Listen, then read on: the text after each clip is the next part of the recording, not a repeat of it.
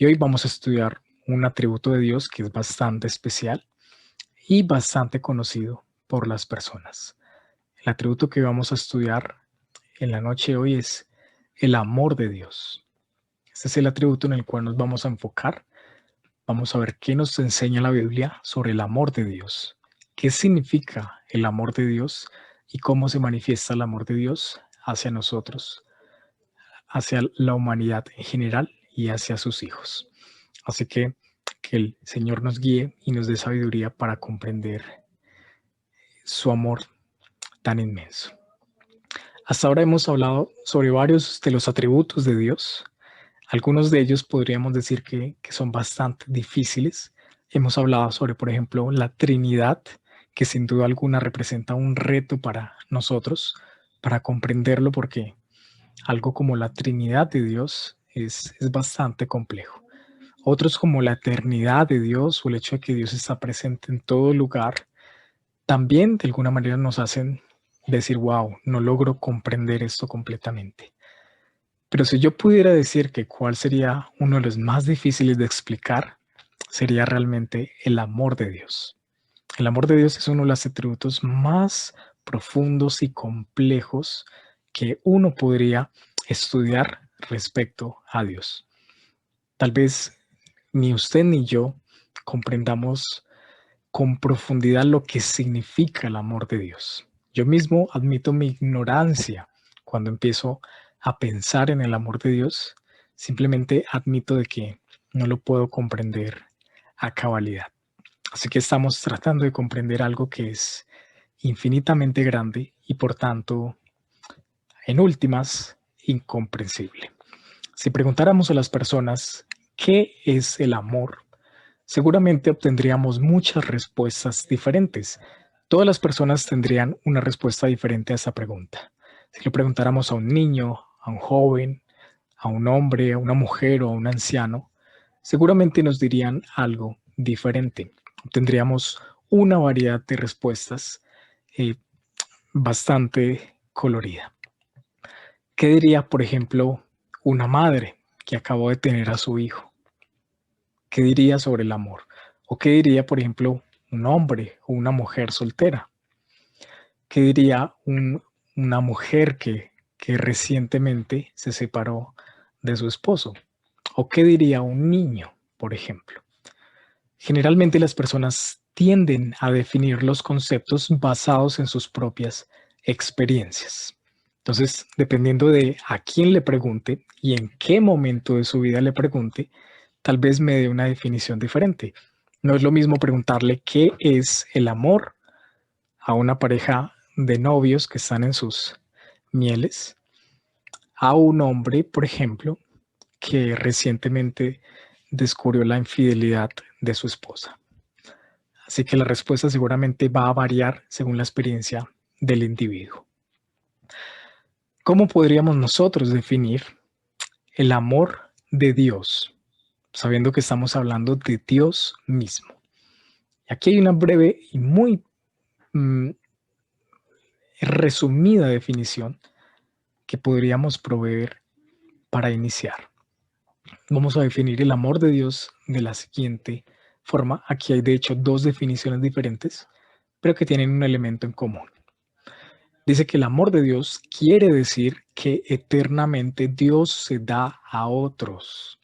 Y la otra definición dice que es su determinación de entregarse a sí mismo y a los demás, y su afecto por sí mismo y por su pueblo. Noten que ambas definiciones tienen algo en común, y es que el amor de Dios se caracteriza por la entrega o por el darse a sí mismo. Y vamos a ver que ese es realmente el estándar de lo que significa el amor. Las personas generalmente tienden a definir el amor como un sentimiento, como algo que uno siente, como algo que uno experimenta, como algo sentimental o algo emocional puramente. Pero el amor va más allá de eso. Y vamos a ver al estudiar el amor de Dios que el amor implica, a fin de cuentas, darse a sí mismo hacia los demás. Eso es lo que Dios mismo ha hecho para mostrar su amor a nosotros. Así que vamos a aprender entonces qué nos enseña la Biblia sobre el amor del Señor. En primer lugar, vamos a mencionar en este primer punto que el amor se da dentro de las personas de la Trinidad. Eso es lo que llamamos el amor intratrinitario, el amor dentro de las personas de la Trinidad.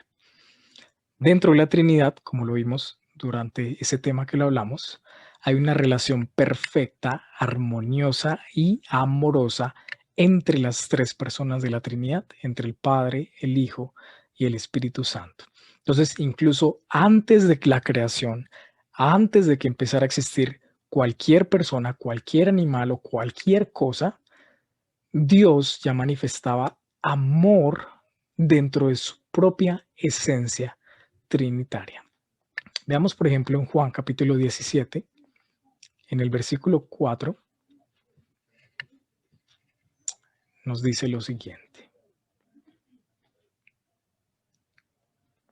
Juan capítulo 17, versículo 24. Aquí lo voy a mostrar en la pantalla. Jesús está diciendo: Padre, quiero que los que me has dado estén también conmigo donde yo estoy, para que vean mi gloria, la gloria que me has dado, porque me has amado desde antes de la fundación del mundo. ¿Sí lo notan? Jesús está diciendo que el Padre lo ha amado incluso antes de que el mundo mismo fuese creado. Aquí se indica, por tanto, de que hay una relación de amor y honra recíproca entre el Padre y el Hijo desde la eternidad pasada. Juan capítulo 3, en el versículo 35, nos dice lo siguiente. El Padre ama al Hijo y ha entregado todas las cosas en su mano. Una vez más, queda claro que hay un amor que se manifiesta del Padre hacia el Hijo y del Hijo hacia el Padre. Juan 14:31. Pero para que el mundo sepa que yo amo al Padre. Jesús está diciendo estas palabras. Y como el Padre me mandó, así hago.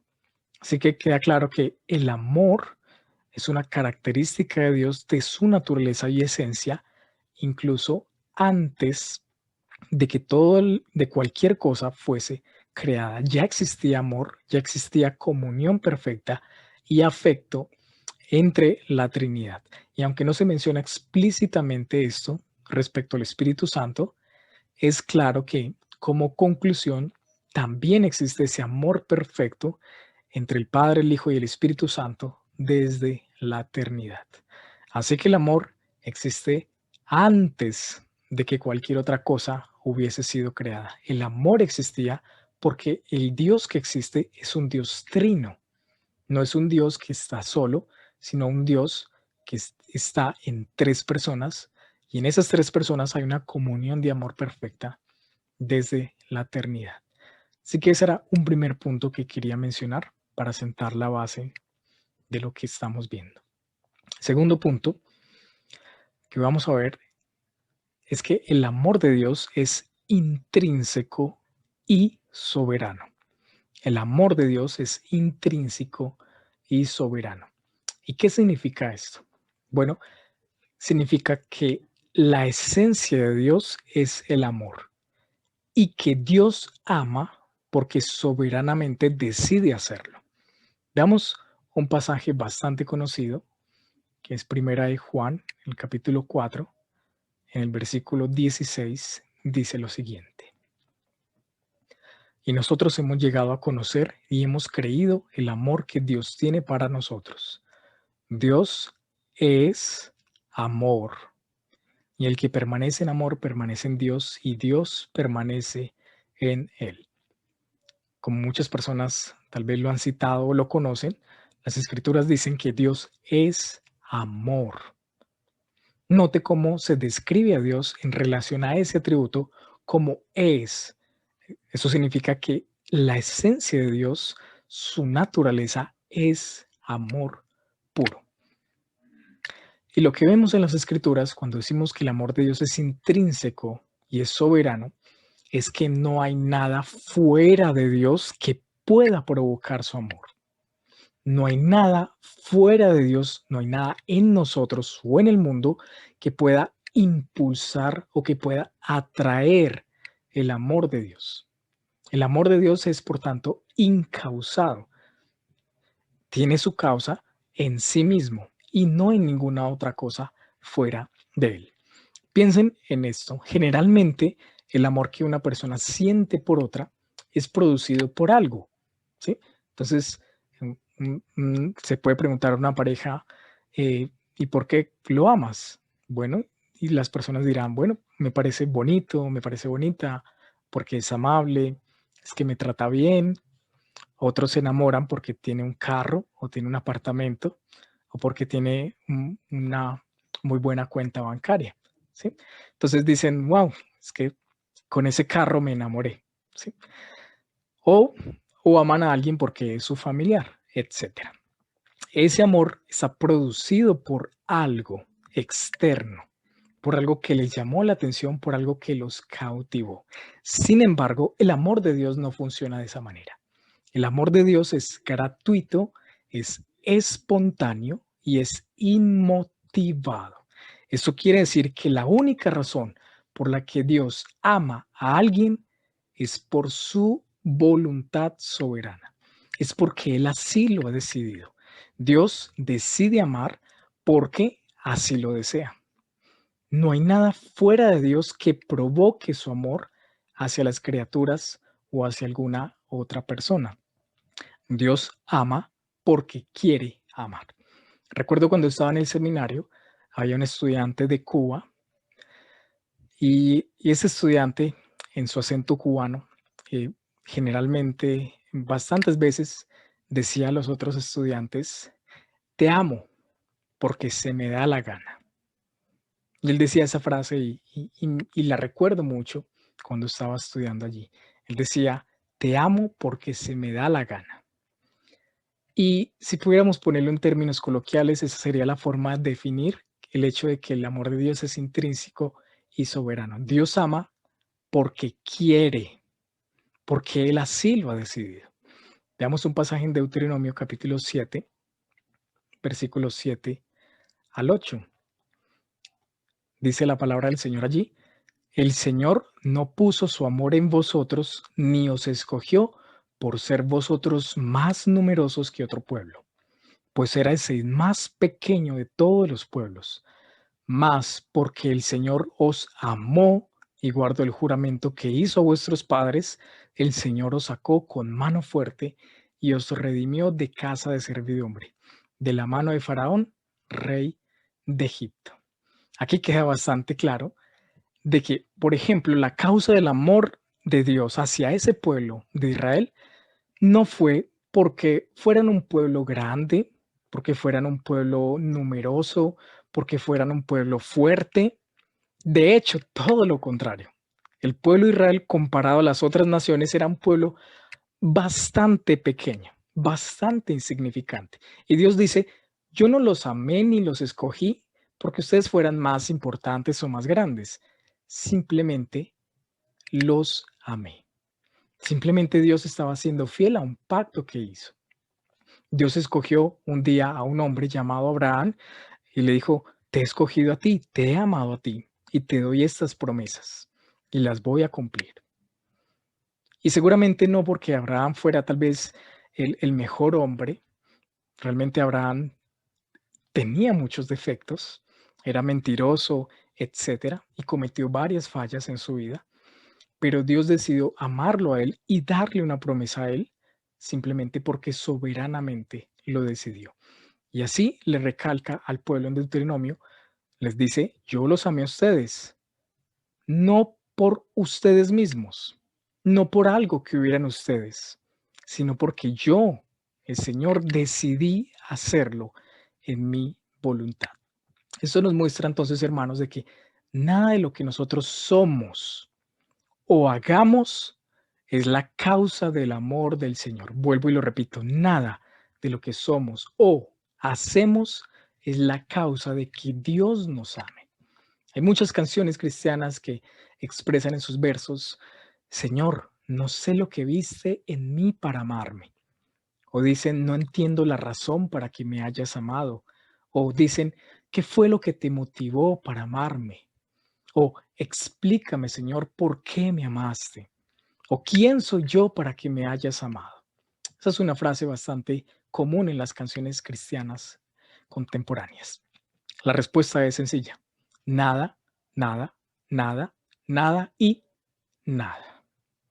El Señor no vio nada en nosotros que lo haya motivado a amarnos. El Señor no vio nada bueno en ti, ni nada bueno en mí, ni porque hubiéramos sido mejores que otros, ni porque hubiéramos sido más inteligentes o más espirituales o más sensibles o más entregados o porque viniéramos de una mejor familia. Nada de eso. Él no vio absolutamente nada en nosotros. Él nos amó porque en su voluntad Él decidió amarnos. Esa es la única razón. Él nos amó porque Él decidió amarnos y no por absolutamente nada que nosotros hubiésemos hecho. Y la Biblia, de hecho, nos muestra de que el amor que nosotros profesamos y tenemos hacia Dios está fundamentado primero en el amor que Dios mostró hacia nosotros. Primera de Juan capítulo 4, los versículos 10, dice lo siguiente. En esto consiste el amor, no en que nosotros hayamos amado a Dios, sino en que Él nos amó a nosotros y envió a su Hijo como propiciación por nuestros pecados. Esa es la esencia del amor. Una vez más, y lo declara muy claramente Juan, no se trata de que nosotros amemos a Dios o de que lo hayamos amado a Él primero, sino que Él fue quien nos amó. Eso significa entonces de que nosotros decimos amar a Dios única y exclusivamente porque Dios nos amó primero. Esa es la única razón y el único fundamento de nuestro amor hacia Dios, el hecho de que Él nos amó a nosotros primero. Dios nos amó a nosotros mucho antes de que en nosotros hubiese tan solo una partícula diminuta de amor hacia Él. A veces las parejas charlan y empiezan a pensar sobre quién se fijó primero en quién se enamoró primero. Entonces, uno le pregunta, bueno, ¿qué viste en esa persona? Entonces dice, wow, me pareció muy bonito en su físico, o me llamó la atención que es muy inteligente, me pareció que hablaba muy chévere, y bueno, y empezaron a enamorarse, y entonces uno fijó la mirada en el otro y el otro le correspondió, y así. Pero no ocurre así en nuestro amor a Dios. No se puede decir de que yo primero amé a Dios o yo busqué a Dios y luego Dios me correspondió a mí. Nunca. El amor de Dios es espontáneo. Dios nos amó cuando no había nada de amor en nosotros hacia Él. Nada, absolutamente nada, influyó en el amor de Dios hacia nosotros. Es decir, eh, ¿qué había qué había en nosotros que atrajera el amor de Dios? Absolutamente nada. Dios no vio y dijo, wow, este hombre o esta mujer me parecen que, que se merece amarlo. Me parece que es digno de amor. No, nada, absolutamente nada en nosotros atrajo el amor de Dios. El amor de Dios es soberano, es intrínseco, es espontáneo. Dios no dijo, voy a esperar que empiece a comportarse mejor, que deje sus malos vicios o sus conductas pecaminosas, y luego cuando esa persona ya se esté portando mejor, cuando estemos en mejores circunstancias, ahora sí, lo voy a amar. O algo como, bueno, voy a esperar que primero esta persona me ame para yo luego entonces manifestarle mi amor. No, absolutamente no. De hecho, si eso hubiese sucedido, todos, estaríamos perdidos y condenados, porque nuestros corazones, llenos de pecado y de perversidad, tienden a amar más al mundo, a amar más nuestras propias vidas, más nuestros propios caminos que a Dios. Hay un pasaje maravilloso en Romanos capítulo 5. Vamos a leer lo que dice. En Romanos capítulo 5, versículos 6 al 8. Porque mientras aún éramos débiles, a su tiempo Cristo murió por los impíos. Porque a duras penas habrá alguien que muera por un justo, aunque tal vez alguno se atreva a morir por el bueno. Pero Dios demuestra su amor para con nosotros en que, siendo aún pecadores, Cristo murió por nosotros. Es un pasaje sencillamente sorprendente.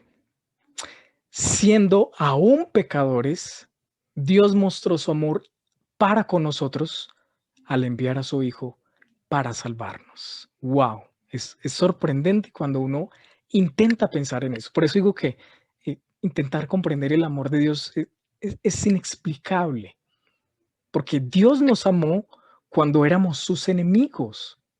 Dios nos amó cuando le dábamos la espalda a Él. Dios nos amó cuando vivíamos vidas completamente en contra de su voluntad. Cuando estábamos enemistados con Dios, cuando estábamos separados de Dios, Él viene, nos ama, da a su Hijo por nosotros y nos salva. Esa es la forma en la que el amor de Dios operó en nosotros. Por eso 1 Juan capítulo 4, versículo 19 dice, nosotros amamos porque Él nos amó primero, porque Él nos amó primero. La causa entonces, hermanos, del amor de Dios hacia nosotros está en la soberana voluntad de Dios. Una vez alguien explicaba que existen 3 niveles de amor. Y me parece muy interesante esta clasificación que daba esta persona. Dice que el primer amor es el amor condicional. ¿El amor condicional cuál es? Es el amor que, que tiene una condición de por medio. Es el amor que se expresa como te amo si y hay una condición. Entonces, te amo si te portas bien conmigo. Te amo si haces esto o aquello o dejas de hacer esto o aquello por mí. Te amo si me das $1,000,000, etcétera, etcétera. Ese es el amor condicional. Hay un sí de por medio. El segundo nivel es el amor justificado. Ese es el que se expresa con te amo porque. Entonces hay una razón detrás de ese amor. Te amo porque me hace sentir muy especial. Te amo porque eh, me llevas me invitas a comer constantemente. Te amo porque, etcétera, etcétera. Hay una razón detrás de ello. Pero el tercer nivel y el del amor más especial es el amor incondicional. Y se llama el te amo a pesar de. Te amo a pesar de. Ese es el amor que se expresa de manera incondicional a pesar de la persona. Te amo a pesar de tus defectos, te amo a pesar de tus faltas, te amo a pesar de lo malo que hayas podido hacer. Eso es lo que se denomina el amor incondicional. Y es la forma en la que describiríamos el amor de Dios. Es un amor incondicional. Dios nos amó no por nosotros, no por algo en nosotros, no porque lo hubiéramos cautivado o enamorado o porque fuéramos los mejores que había en el mundo. No, por el puro afecto de su voluntad, simplemente porque Él nos quiso amar. Ese fue entonces este punto que quería mencionar. Lo siguiente que quería mencionar es que el amor de Dios es eterno, infinito y no cambia. El amor de Dios es eterno, es infinito y nunca cambia. Así como Dios mismo en su ser es eterno y es infinito, su amor también es eterno y no tiene fin. Un famoso pasaje en Jeremías capítulo 31, en el versículo 3, dice, desde lejos el Señor se le apareció diciendo, con amor eterno te he amado y por eso te he atraído con misericordia. El amor de Dios es, por tanto, es un amor eterno. Antes de que cualquier cosa fuese creada, antes incluso de que nosotros hubiésemos nacido, Dios nos había elegido en su amor. Efesios capítulo 1, versículo 4 al 5, lo expresa correctamente. Note lo que dice. Según nos escogió en Él antes de la fundación del mundo, para que fuéramos santos y sin mancha delante de Él. En amor nos predestinó para adopción como hijos para sí mediante Jesucristo, conforme al beneplácito de su voluntad. Queda bastante claro de que el amor de Dios hacia nosotros incluso se da desde antes de que fuéramos creados, antes de la fundación del mundo. Dios nos había elegido para ser sus hijos y en amor nos predestinó. Increíble, ¿no? Y una vez más queda constatado de que el amor de Dios no estuvo causado por absolutamente nada en nosotros. Antes de que naciéramos, Él ya nos había predestinado en amor para ser adoptados como sus hijos mediante Jesucristo. Y como el amor de Dios no tuvo principio, pues tampoco nunca tendrá fin. Es un amor eterno. Efesios capítulo 2, versículos 4 al 5 dice, pero Dios, que es rico en misericordia, por causa del gran amor con que nos amó, aun cuando estábamos muertos en nuestros delitos, nos dio vida juntamente con Cristo. Por gracia habéis sido salvos. Cuando estábamos muertos en nuestros delitos, allí en la miseria, Dios mostró su amor para con nosotros por su gran misericordia y nos dio una nueva vida. Por nada en nosotros, sino por su propia voluntad. El amor de Dios también es un amor inmutable, nunca cambia, nunca se agota. En Juan capítulo 13, versículo 1, Jesús dice unas palabras bastante especiales. Dice Juan 13:1, antes de la fiesta de la Pascua, sabiendo Jesús que su hora había llegado para pasar de este mundo al Padre, habiendo amado a los suyos que estaban en el mundo, los amó hasta el fin, hasta el último momento. Y de ahí en adelante hasta la eternidad, el amor de Jesús se manifestó y se ha manifestado hacia sus discípulos. A los suyos los amó hasta el fin. Y estoy seguro de que Jesús tenía muchos motivos para dejarlos de amar. Los discípulos de Jesús no eran realmente las personas más piadosas. Vemos a un Pedro que es bastante espontáneo y que sale con cosas raras. Vemos a Juan y su hermano que quieren destruir una ciudad con fuego. Vemos cómo pelean entre ellos, etcétera. Jesús a veces tiene algunos pleitos con sus discípulos. Tenía motivos para tal vez dejarlos de amar, como nosotros humanamente lo consideraríamos. Pero Jesús, dice la Escritura, los amó hasta el fin. Y esa es la seguridad del amor de Dios hacia sus discípulos, de que el amor de Dios nunca cambia, nunca se agota, es interminable a pesar de cualquier cosa. En Romanos, en el capítulo 8, versículo 35, se nos enseña una maravillosa verdad. ¿Quién nos separará del amor de Cristo? ¿Tribulación o angustia o persecución o hambre o desnudez o peligro o espada? Tal como está escrito, por causa tuya somos puestos a muerte todo el día, somos considerados como ovejas para el matadero. Pero en todas estas cosas somos más que vencedores por medio de aquel que nos amó, porque estoy convencido de que ni la muerte, ni la vida, ni ángeles, ni principados, ni lo presente, ni lo porvenir, ni los poderes, ni lo alto, ni lo profundo, ni ninguna otra cosa creada nos podrá separar del amor de Dios que es en Cristo Jesús, Señor nuestro. Como creyentes debemos tener la seguridad y convicción de que el amor de Dios nunca va a cambiar. El amor de Dios siempre se va a mantener en el tiempo.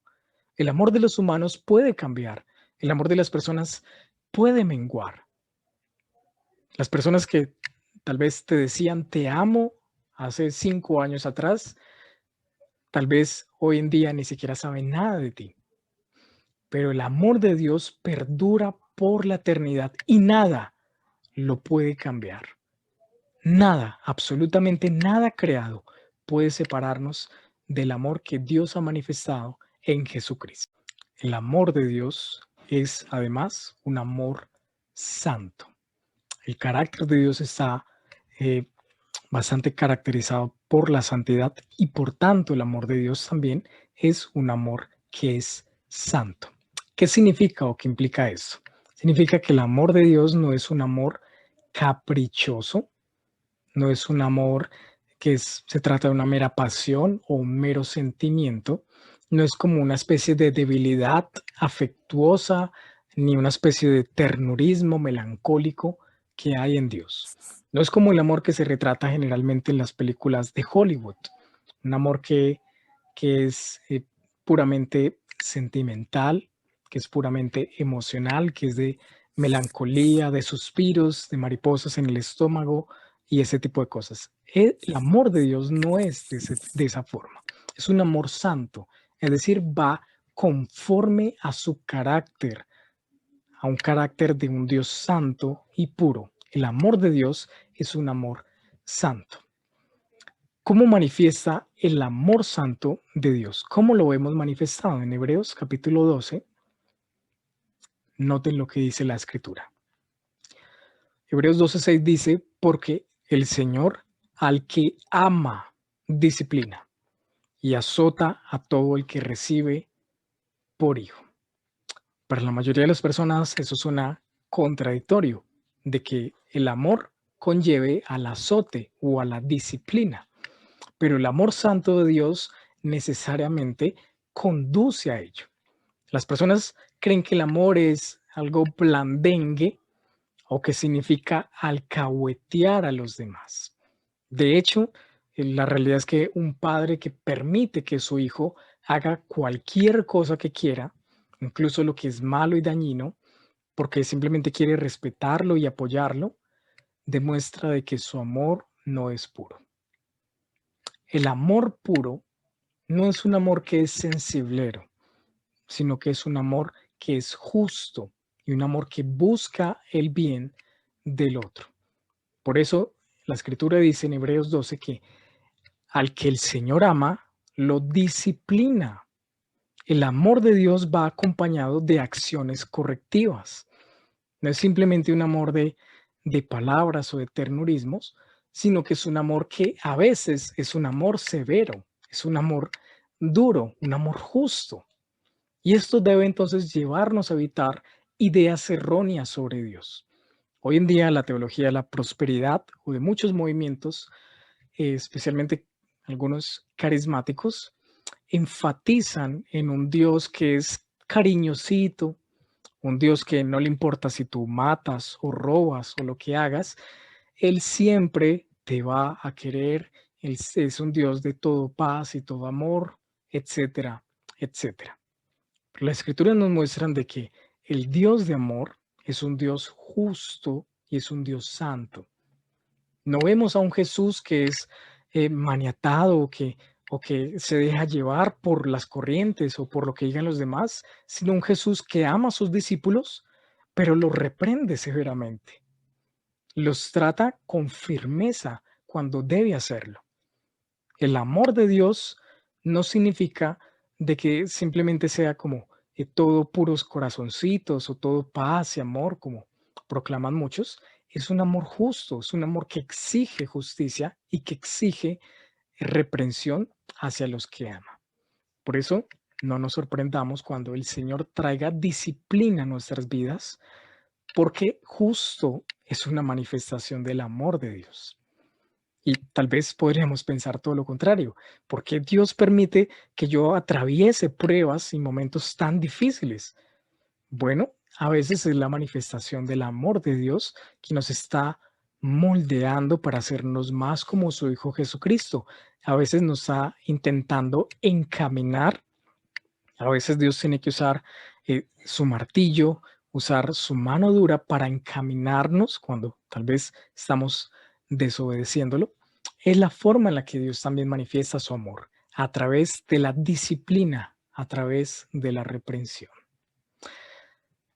Y el quinto punto que quería mencionar también, aunque aquí me equivoqué, pero es quinto, es que el amor de Dios es un amor bueno. El amor de Dios es un amor bueno. ¿Y qué significa eso? De que el amor de Dios sea un amor bueno. Como hemos visto a través de varios pasajes bíblicos, la causa del amor de Dios hacia nosotros es por su buena voluntad.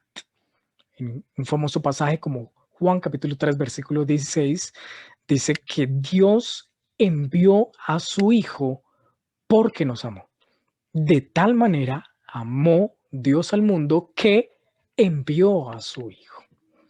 Noten que no es lo contrario. No dice que Dios nos amó porque su Hijo Jesucristo murió por nosotros, no.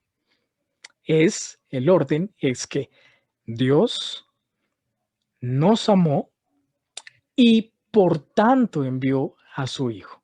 Es tan grande el amor de Dios hacia la humanidad que Él envió a su Hijo. La causa de la muerte de Jesucristo por los pecados de la humanidad, de las personas, es el amor de Dios. Dios ama al mundo, por tanto, como resultado, envía a su Hijo. Eso es un amor bondadoso, un amor que busca el bien de los demás.